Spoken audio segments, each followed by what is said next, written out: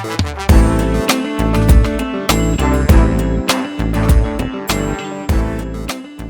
question you said it's light-hearted. I mean, I see you are a rally driver who's driving a bit.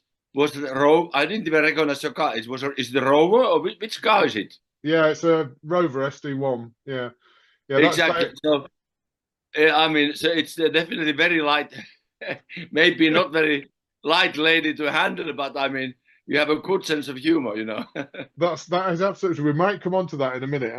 Look, Exactly. uh, Okay. so Ari, look, I'm really grateful for you giving some time up, and I think there's a resurgence in rallying in the UK at the moment, and we just want to try and capture some of that with some friends and some special people in our sport. And you are, you know, I've interviewed quite a few people over the last couple of months, and one of the questions I ask you, who's your favourite rally driver? And you come up, time and time again. I mean, you're still very popular in the UK. So what are you doing at the moment? Are you still competing? Are you teaching?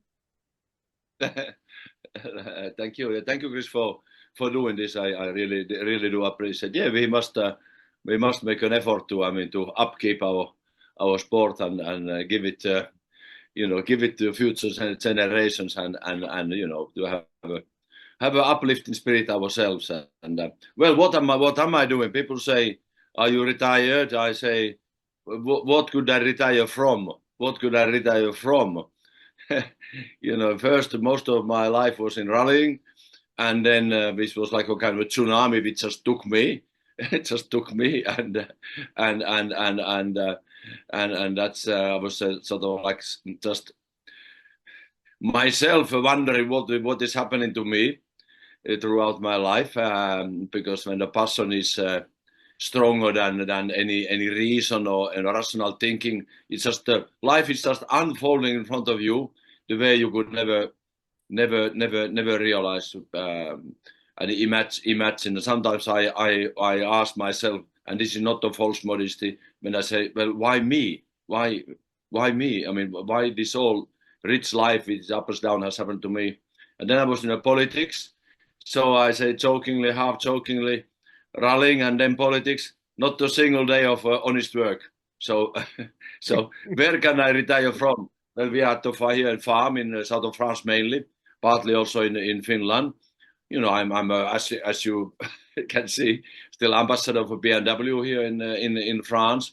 Lots of car related events. Driving school in the winter time in a Finnish Lapland called MS Drive, run by a French couple. And I go there supposedly as a teacher, but of course I go there to amuse myself. Then lots of car exhibitions with the BMW clients. And on top of that, this is a big farm. We actually are farming ourselves.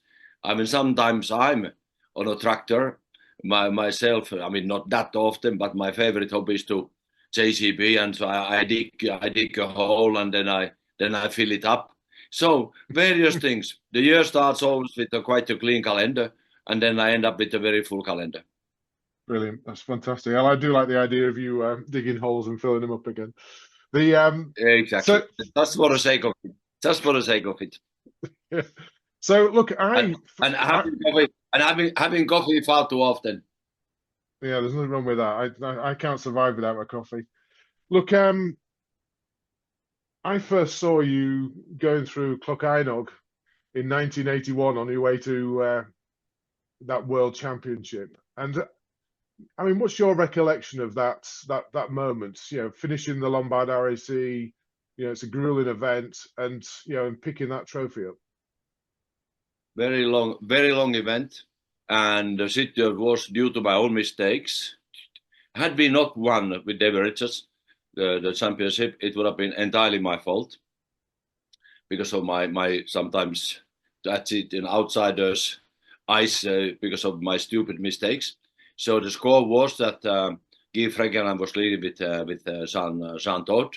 So we had to finish the rally. We had to finish in front of Guy Fregeland, and we had to finish in the top 6. And then Hannu Mikkola won the rally, and we were second. But even then, at one point of time, because rally was very long. People don't realize how long the rallies were, and I got a little bit too excited, and Han was driving one point of time behind me, and he saw my tracks, and he came in at the start of the following stage. He was literally took me by my overalls and said, "Ari, are you crazy? I mean, your marks, what I saw on the previous stage, are not the marks of this year's world champion. Come on, calm down." And sort of I calmed down, and then there's a picture at the end of I think Klakanuk was Klakanuk 2 was the last stage, was it not? I can't remember. I can't remember. I know there's 1, 2, 3, 4 at one year, but I'm not quite sure that year. Exactly, maybe many. Anyway, but there's a picture at the end of the last stage of the rally, and we only had this little road section of Chester, and I'm hugging. We are hugging each other with David Sutton, and you see this relief in my face, incredible relief and pure happiness that, on the 11th hour I saved it, and I didn't throw it out of the window, and it was a pure happiness. In a way, it came quite early in my life. Was somewhat surprised in a way, but that's my life has been. I've been surprised what happens to me, and asking, as I said, well, is it really me? Yeah. Well, what can I say? Life is a big mystery. Life is a big mystery with its ups and downs, with big ups and very deep downs. Yeah, I agree. Look, I've asked a few friends to give me some questions for you, and one of them actually relates to you and Dave Richards. So this is from a guy called Dave Brody, who's a stage commander, an event organizer, really passionate motorsport enthusiast in the UK. And he basically said, "Is there any chance of you dusting off your race overalls and persuading Dave Richards to compete again?" Well, in a way, I'm honored by that kind of question, because of course you can't compete in a well, you could compete in a historic rally, but would you really go and flat out? There are dangers, when I put the helmet on, and if stopwatch is running, the old Ari may resurface again, and but I mean, I know why not some kind of memorial event, and where they handbrake is on all the time, and they don't give me the 2 top gears only, and something like that. Why not? But I'm very touched that people ask. It means that there's so much nostalgia. There's so much nostalgia in a motorsport, and it's true. People come like here in France and everywhere all the time. I have seen you there, 40 years ago, and what about Group B, and what about Peugeot 205, and very often they talk about Pikes Peak, and how did you raise your hand, and people. So you realize that you, without realizing, you have given people emotions. You have given people, whilst I was looking after my old, or trying to reach or trying to catch up with my dreams, I was running after my dreams. I gave dreams to other people, and it's also because people see that drivers like myself or Colin McRae. I mean, we didn't play any strategic games. We were, in a certain way, we were not very clever drivers like Sebastian Loeb or Ogier or Walter Röhrl, who methodically, have a plan and stick to it.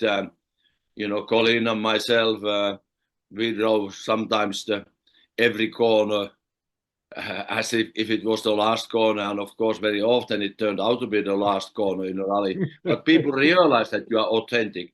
People realize that you are giving it all the time, which is not a good strategy for life, maybe. But on the other hand, it's very honest approach. You live to the full. You don't calculate, and you take each corner as a unique corner. and and um, and you can, at the end of the day, you can ask what is important in life. To have the maximum number of medals in your or have the having gone past the corner that you know inside yourself that nobody else could have gone faster. That it becomes an end in itself to do that. You are faster than anybody else in that single corner. That also has a value in itself, because that's what life is all about. You take risks, you give everything what you have got, and in a way, when human being does that in any walk of life, that you really give everything what you have got without any second thinking and without any plan B. Let's go for it, because that makes world to go forward. That makes scientists to find new things, and you must take risks, because if you don't take risks, if you just stay on the terrain, the ground, I mean, eventually we will go backwards. And I'm fascinated by how humanity, how we, despite all this apocalyptic kind of thinking, that's not true. We go forward, and we must inspire people, and we must give people hope. Tomorrow will be better than today. And let's go backwards. I mean, even our lifetimes, I mean, which is like a blink of an eye, in a history of. So we have seen incredible development, and it will continue even at a faster pace, but only on the condition that we believe in the future. We go flat out like I did in the driving, and yes, we must be optimistic. That's brilliant. Look, you talked about the historic events. I mean, last, I think, November, December, the Roger Albert Clark Rally received the Best Event Award for its 2023 event. And this is it's an amazing event, put together by a guy called Colin Heptonstall and his team. And it replicates much of the excitement of the Lombard RAC of old. It's 4 or 5 days long now. There's new rules about how many hours you can compete, but big mileage. I mean, it's really, really long stage mileage now, and it's attracted ex-works TR7s. Solberg was leading for quite some time in the 2023 event in an escort. Lancia Stratus was leading. I think the 2021 event was won by a Porsche. And I mean, I've watched some of this. I mean, I mean, these are people. They aren't on a little bit of a Sunday trip out. They are flying absolutely flat out. I mean, one of the things I've been talking to people about is how do you actually prepare for an event like that, which it's not just an afternoon burn. It's an endurance event, if anything else. Of course, that's what the rallying. That's what it was like. I was taken aback when I looked at the total stage time. On Acropolis rallies on those two my first two wins. I mean, 1980 and 81 Acropolis. Both rallies had 13 hours. Other was 13 hours. 10 minutes, and maybe other was 13 hours, 20 minutes, nearly identical, more than 13 hours of stage times on rough Greek roads in those days. So that's give you an idea of what the rallies were like. And of course, RAC was the same, going all over Britain, literally. And we had our own rally. The service crews had their parallel rally, and spectators had their parallel rally. One was sleeping, others were sleeping, and one was driving, but that kind of adventure, it's more than just one little clinical, well-organized short rally like now. Of course, we have to do it like that, but for so many reasons, material reasons, but this kind of adventure, because man is adventurous. We always want to discover something, we want to conquer something. So you have that's why that kind of events they leave a lasting trace in people's minds. They really do, and so very good at it. So, but how do you don't get? I mean, afterwards, I think, well, how did we get awake in those in those rallies? But when you are adrenaline is there, and of course, if you then retire suddenly in the middle of the night, I mean, poof, it has happened to me that I remember I'm 81. That was 81 when we decided to fight final night against Michel Mouton, instead of like any reasonable driver would have settled for second place. But with David Sutton, we decided to fight Michel Mouton, who was leading an Audi Quattro and even a Ford Escort. And then I touched a wall and had a puncture, and I just fell asleep. I think David was driving the road section then afterwards. So but so adrenaline is there, and that keeps you going. Because man can do anything when his mind is there and when it's part of the competition. And but I'm very happy that I have lived that period. Yeah. So another question. So this is from a guy called Ben Friend, who's a very fast driver. I mean, he has a real potential to be one of the young guy. Yeah, young guy. Young guy. He's driving a Ford Escort actually, but he he's a top 5 finisher. I mean, I've watched him quite a lot, and really impressive. But we had a conversation yesterday about what we're going to ask you, and I mean, you've touched on some of this already, but he's entered the Roger Albert Clark 4 times, but he's only finished twice. And a little bit like Ari. Well, that's strange enough. That's what I was thinking. And the question we have from Ben is, he approaches the rally and he thinks, look, it's 4 days, it's 5 days. I'm going to do this 8/10. I'm not going to go flat out. I'm going to try and behave myself. He said, and I get to the start line and they start counting down 5, 4, 3, 2, 1. Red mist appears and he can't help himself. He has to go 100%. And I just, you were renowned for going 100%. What's your advice to him? Go 100% or 8/10? Have a cold, have a really cold, take an ice bath. Take an ice bath before the start. The thing is, your driving is like your handwriting. My handwriting is very big. I write, best wishes, Ari. So it takes half a page at least. And my driving is like that. I mean, that's what we are made of. But of course, when you know that your budget is limited, the rally is long, the rally is long. So of course because you don't regret nothing more than stupid retirement then afterwards. So of course you have to see how the others are doing. I mean, you compare yourself to the others, and then if you see that your speed is not simply somebody is all the time faster, then it's better to let him go. But you compare yourself to the others and you judge by that. Yeah. And we are I still made mistakes even at the end of my career.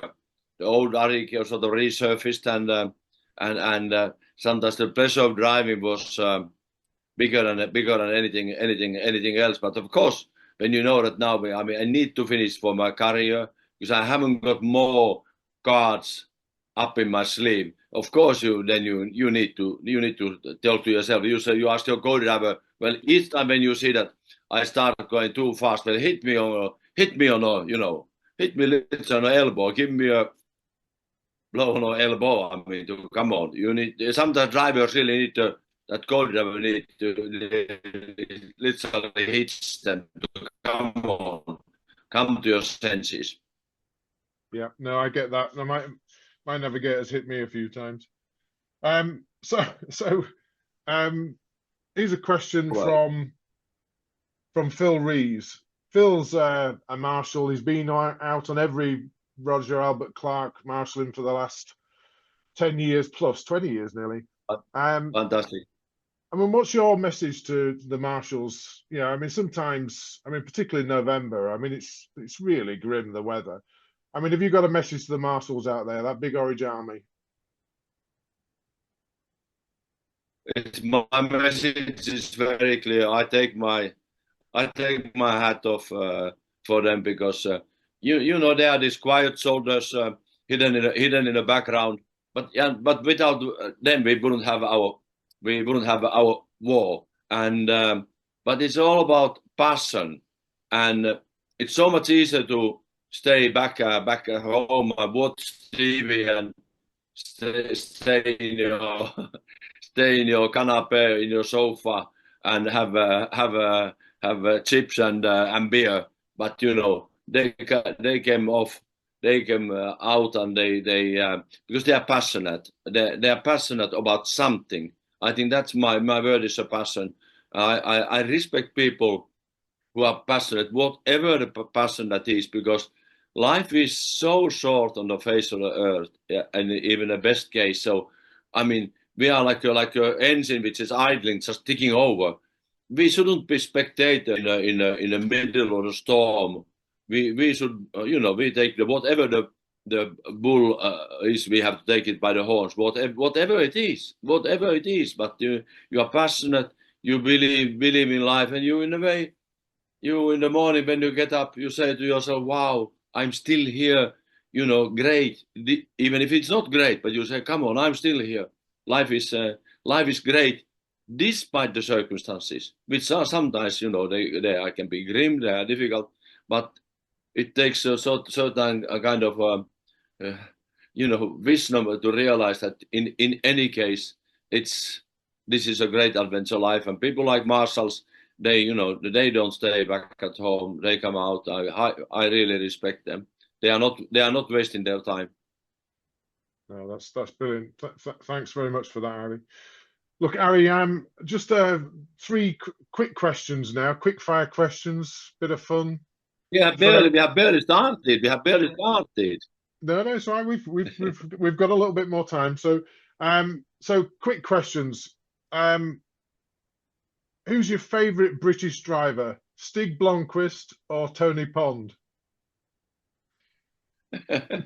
favorite, favorite British driver. That's a favorite. Tony Bond. Because when we lived in Cook and Dean, I mean, I looked at when I came to mid 70s, because he was of course I was an open man, and I was reading motoring news and autosport with my very very limited English, and I saw Tony Pond going sideways, and he actually came to the Arctic Rally, and and of course at that time I was hoping, can I contact Tony Fall and whatever. So Tony Fall was kind of my somebody I looked up, and so Tony is out of these two. I mean, with all due respect to Stig. I need to tell one story about Stig, because Stig of course quite sometimes quite quiet. And when he did his first RAC, K Saab, and there was a press conference, and there was an international press, and Stig didn't really seem to answer. So one foreign journalist asked, "Well, does Stig not speak English?" So there was a very talkative Saab PR man, who answered, "No, he doesn't, but he doesn't speak Swedish either."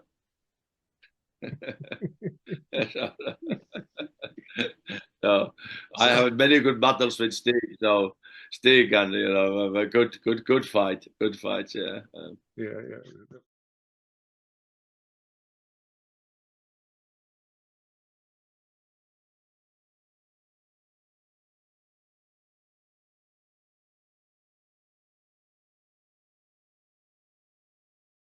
I can see you. Well, Wait I a can hear minute. you. I can't see my highlight. I was currently speaking. where I video here now. Okay. Yeah, I think this particular my because this laptop is quite old. It's 2016, so it's 8 years old. This laptop. So the Yes. camera is maybe. So I'm in the main house now. No, that's brilliant. But do you mind if we just do the WRC thing again because we sort of stopped halfway through? Yeah. So the question is, yeah, I mean the technology and the speed of the of this generation of WRC cars, and I mean it's chalk and cheese compared with an Escort of the 1980s. Well, I mean, have you had a chance to to drive them? What's your views on the technology behind it? But I suppose also, what's your thoughts on WRC at the moment, the championship? It's been a couple of really exciting years. yeah, it's highly competitive. It's like anything else in life. Medicine goes forward, science goes forward, rallying goes forward. These cars, they are piece of state of art. Really the state of art piece of technology. I went to Jyväskylä where Toyotas are built. Not last summer, it was 20, must have been 23. I think it was with my friend Irish friend Donach Kelly, whose son was competing. And anyway, so we had plenty of time there to look at. It's incredible how painstakingly, but of course it's very expensive way to do it.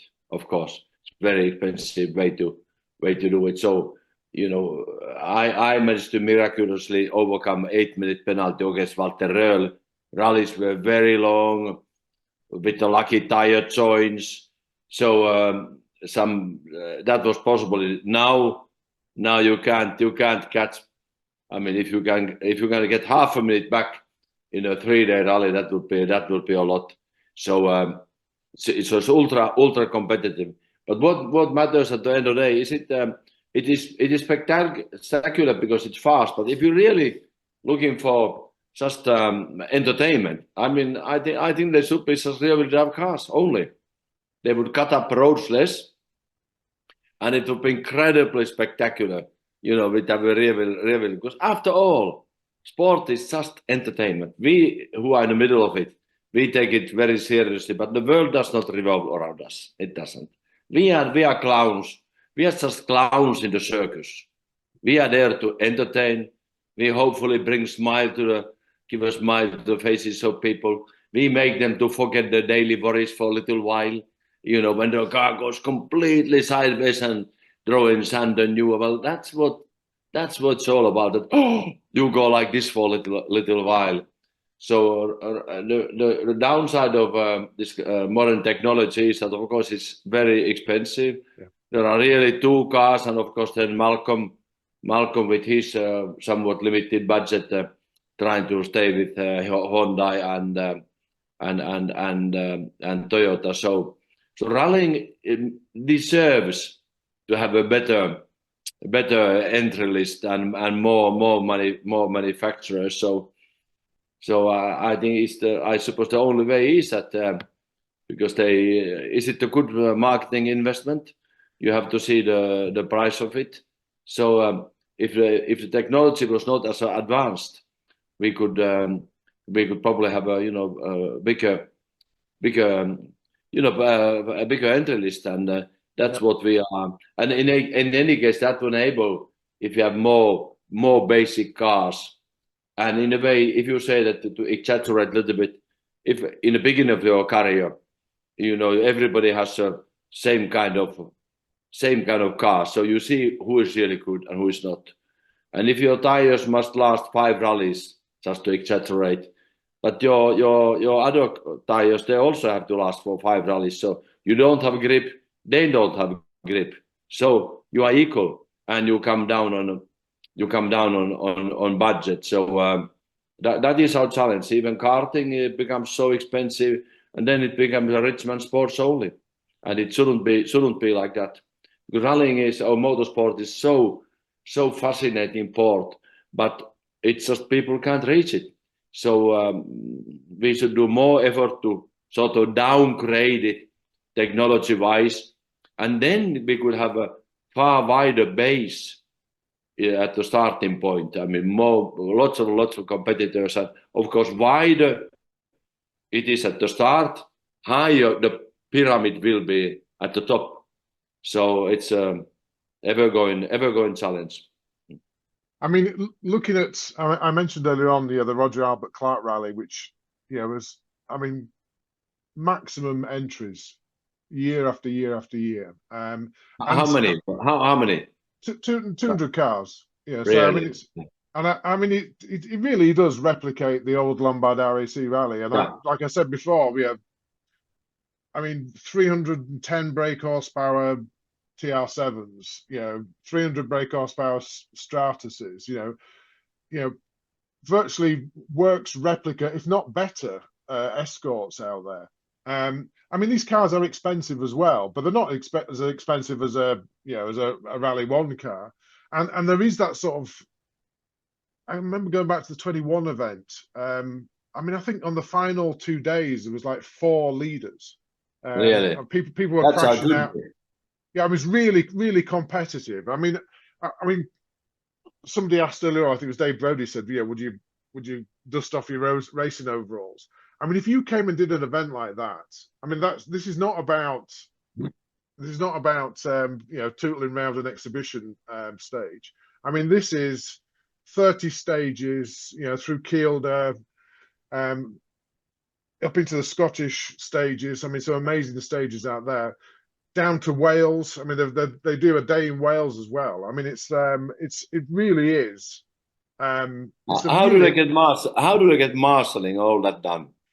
Well, I mean, I think this army of marshals. I mean, I've done it myself. The last couple of years, I've been marshal. I competed in 2019, but the last couple of years, I've been marshal myself. And we just drive around the country. We finish in Wales, then we go to Scotland, and then we go to Kielder for a day. But Fantastic. I mean, hundreds and hundreds of people doing it. That's passion. I mean, that passion, incredible passion. That's what makes life worth living, and that's what makes society to go forward. People who are passionate. Well done, Chris. Right, so I've got a quote here from a guy called Ian Dobson. Ian's hoping to compete on the Roger Albert this year in his Mark 1 Escort, and he's quoting. He said, apparently sometime in the past you said historic cars are for old men, and I'm just thinking, as we've both reached old man status now, I mean, what do you think about it? Yeah, I am very much in it, yeah. But I mean, these cars are really fast still, aren't they? And they can, I mean, they've been driven by some amazing drivers these days. Sure. So I by no means I wanted to, underrate but it was for just my excuse when people say, why don't you do? So I still pretend to be a young man. So that was my excuse not to. I'm not yet there yet, but I know my weakness. My weakness is that always been that I will get carried away because this passion is still there. And when if car is good, it's of course on a condition that it's like a glove in my hand. It's like a glove in my hand, and then I feel, wow, I think I'm 20 plus years and I still handle it, and I still handle very well. I know if your car fits my driving style, and I get carried away. And imagine now, I mean, I survived Argentina. I survived. Well, it's not thanks to me, but that's how Lord has made my life to be. So I imagine now if I had an accident, I'm in my age, I would never. That would really be very, very stupid. So I promised Rita, who supported me all my life. I mean, she lost her first husband after 1 year of marriage. She nearly lost me, yet always been supporting 110%, because she's such a wise woman. Said, no, Ari, this is our life. This is our life. This is it's what man has to do. And so she always had this incredible, wise, matured.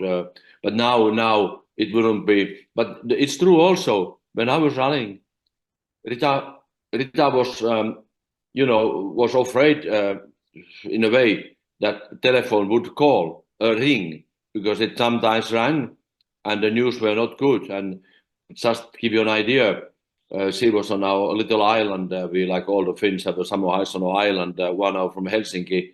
And although we had the mobile phone 85, but some reason, and Santo didn't, and we had even cable, I mean, we had even fixed landline on the island. Santo, for some reason, did not get hold of Rita after my accident in Argentina. So Rita saw that in the Finnish main TV news in the evening. You know, main TV news, Ari Vatanen is critically injured in Argentina. Imagine that. And so that just goes to prove this kind of bonding in a relationship when you're in this kind, leading this kind of life. I mean, I could not done what I have done without Rita, with her support, with everything being always ready in the house, and particularly her moral support. She even made a booklet. You know, Ari, that's how you should behave. And now I wish I would have read that booklet more carefully. So sorry, friends. I don't think it would be unfair to Roger Albert Clark Rally now, unfair to Rita, and then maybe have an accident there. But I should be there as a spectator. Yes.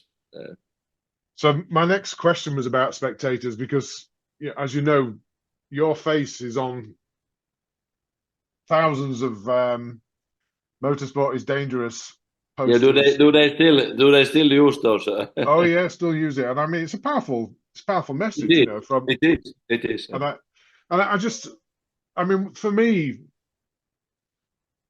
the sport's not the same. It's a different sport to what it was in the 1980s and 90s, where you'd have 1 million people following the Lombard RAC, but spectators are so important to the sport, and people access via social media, online videos these days, which are live footage. But for the sport to be commercially viable, it's got to have an audience, because then you'll get sponsors. I mean, what's your thoughts on where this should go now? Because if we're gonna build on the really positive few years we've had in the WRC and in rallying in the UK, we need to attract that spectator base, back to the forests, back to tarmac events around the UK. Well, there's no, I don't have a magic answer to that. Obviously, is to when I see how people, particularly here in France, but not only in France, but come back to me and speak about Pikes Peak film, climb dance all the time, every day. So you see what can be done with the social media today. So we just must maximize the use of social media. And earlier I said about rear-wheel drive cars. Now whatever the Finnish, I still call it the 1,000 Lakes Rally. They have on Saturday they have this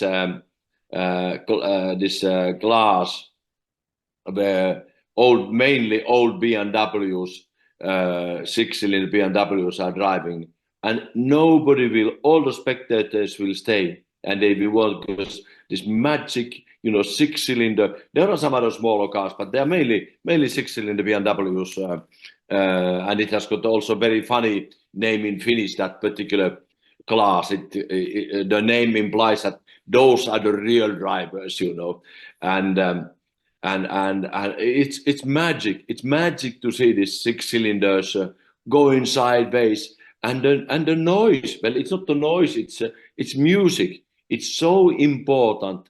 Is this overall, because they say the beauty is in the eyes of the beholder, but so is the noise. So is the music. It's in our ears, and because we all have different dreams, we have different life, and what is a noise to somebody, it's a music to another person, and we need that because rallying has got that element, and we must keep that element up, and also the fact that rallying goes to like Tour de France. There are very few sports. Well, of course, here in France, Tour de France is a very incredibly big event, cycling race. Well, it goes to people. Well, rallying is one of the very rare sport. We go to people. People don't have to come to stadium. So all the elements are there.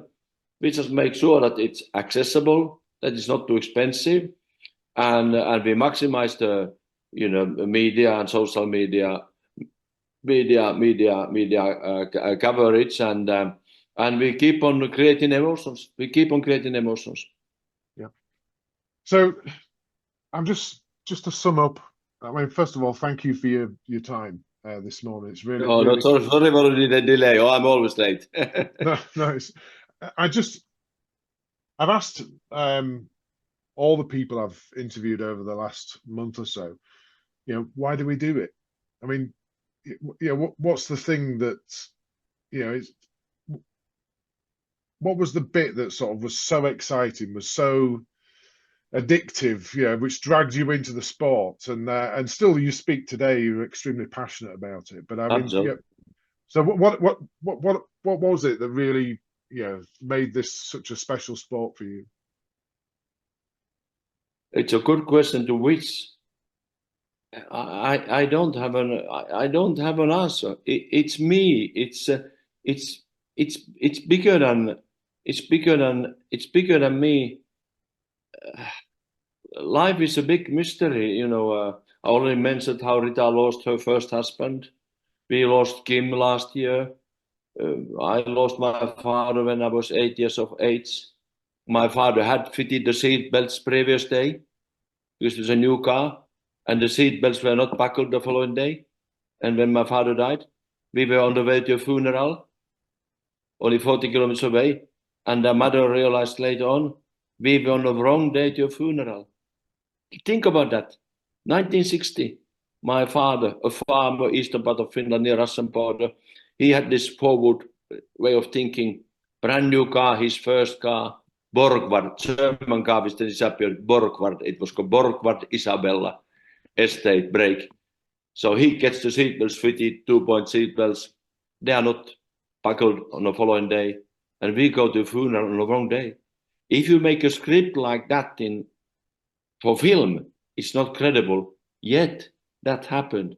So I wanted to tell this as a background that we can't grasp, we can't mold life into our mold.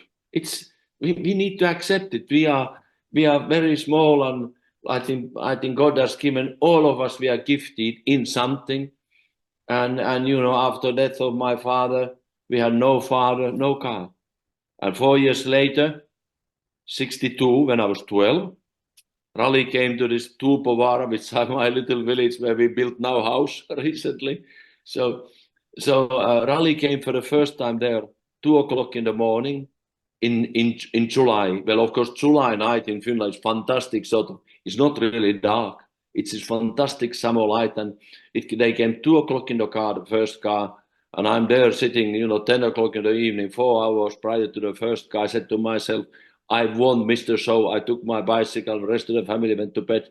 I took my bicycle, go to see. I went. It was unreked road, so nobody knew the road. And Raleigh had never come to that near our village.